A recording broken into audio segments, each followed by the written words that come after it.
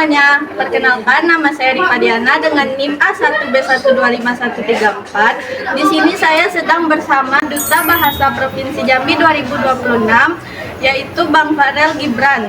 Halo Bang Farel. Halo. Apa kabarnya Bang? Alhamdulillah sehat dan baik. Nah, di sini saya izin mewawancarai Abang. Boleh. Untuk tugas mata kuliah keterampilan berbicara. Di sini saya akan memberikan 3 pertanyaan.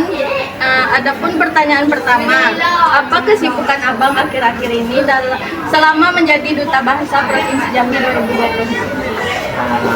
Untuk saat ini kesibukan Abang dalam Duta Bahasa Provinsi Jambi tahun 2026, Abang sebagai pihak sponsor ataupun divisi sponsor dalam menjalankan Krida Duta Bahasa tahun 2026 yaitu Serambi, sejenis inovasi permainan catur untuk memperkenalkan aksara incung.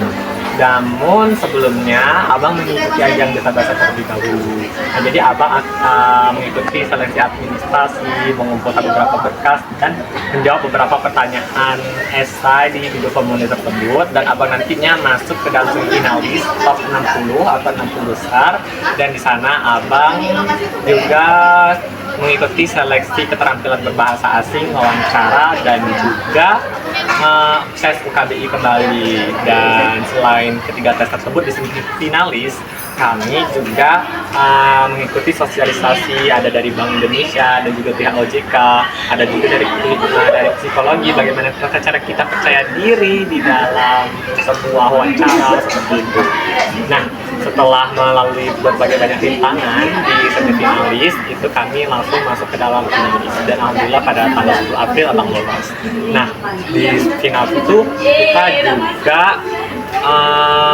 juga meraih banyak tantangan, karena terdapat beberapa seleksi juga, mulai dari kelompok Krida, bicara publik, membahas suatu mosi, wawancara ataupun interview, dari berbagai jenis wawancara itu berbeda ruangannya seperti itu. Nah, lalu persiapan masuk pemerintahan, dan saat itu memang benar-benar harus membagi waktu tepat mungkin seperti itu, karena dalam 1 bulan Abang benar-benar setiap hari harus pulang pergi dari Mendalo ke Balai Bahasa Telanai seperti itu.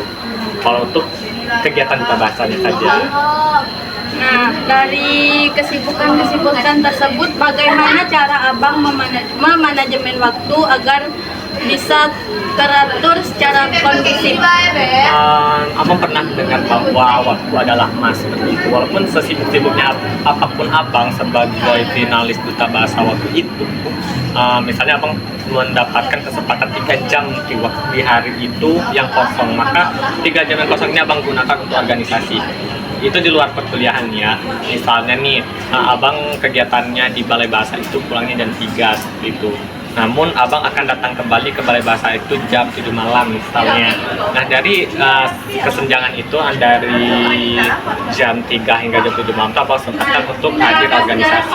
Kalau untuk perkuliahan itu tetap Abang utamakan, karena kan kita di sini kan Abang merata dari Tanjung Barat ke sini kan tujuannya hanya satu, untuk menimba ilmu, yaitu kuliah. Jadi pas paginya tetap Abang kuliah dulu, mau UTS maupun mata kuliah biasa tetap Abang harus hadir. Dan setelah pulang dari Balai Bahasa dan organisasi itu, malamnya Abang mengerjakan tugas-tugas mata kuliah. Dan alhamdulillah ya, walaupun Abang sempat skip makan atau melewatkan makan siang ataupun makan malam, dan juga mungkin kurang tidur, Abang tetap berdiri di dalam tanggung jawab Abang sebagai mahasiswa juga seperti itu, tanpa meninggalkan salah satunya, seperti itu mau organisasi, mau ajang, maupun perkuliahan, itu semuanya Abang paksakan untuk semuanya dikerjakan. Apa yang membuat Abang termotivasi untuk mengikuti organisasi-organisasi tersebut? Nah, untuk motivasi Abang untuk mengikuti organisasi-organisasi adalah karena kita untuk mendapatkan ilmu tidak harus dari ruang formal saja. karena kita juga selain mendapatkan ilmu dari materi ataupun materi formal, teori-teori, kita tentunya harus mempraktekannya. Nah, abang mengikuti Ujang Duta Bahasa itu sebagai bagian dari praktik seperti itu. Untuk teorinya abang ambil dari program studi kita, dari Pendidikan Bahasa dan Sastra Indonesia sebagai mahasiswa seperti itu. Nah, jadi dengan abang belajar teori di kampus dan abang terapkan di Duta Bahasa ataupun di Himabindo, itu akan menjadi pengingat abang. Jadi setelah abang lulus dari Unja gitu, itu sudah berbekas di kepala abang bahwa pelajaran-pelajaran bahasa Indonesia, bagaimana tata cara kita menggunakan bahasa Indonesia dengan baik dan benar, apa itu ejaan yang disempurnakan, apa itu kamus besar bahasa Indonesia, itu sudah abang ingat. Karena yang abang praktekkan itu bukan hanya sekedar teori formal saja, melainkan kenangan-kenangan yang telah abang lalui bersama bahasa Indonesia seperti itu. Itulah motivasi abang agar di masa depan abang tetap mengingat bahasa Indonesia. Baik, terima kasih banyak Bang Farel atas waktunya.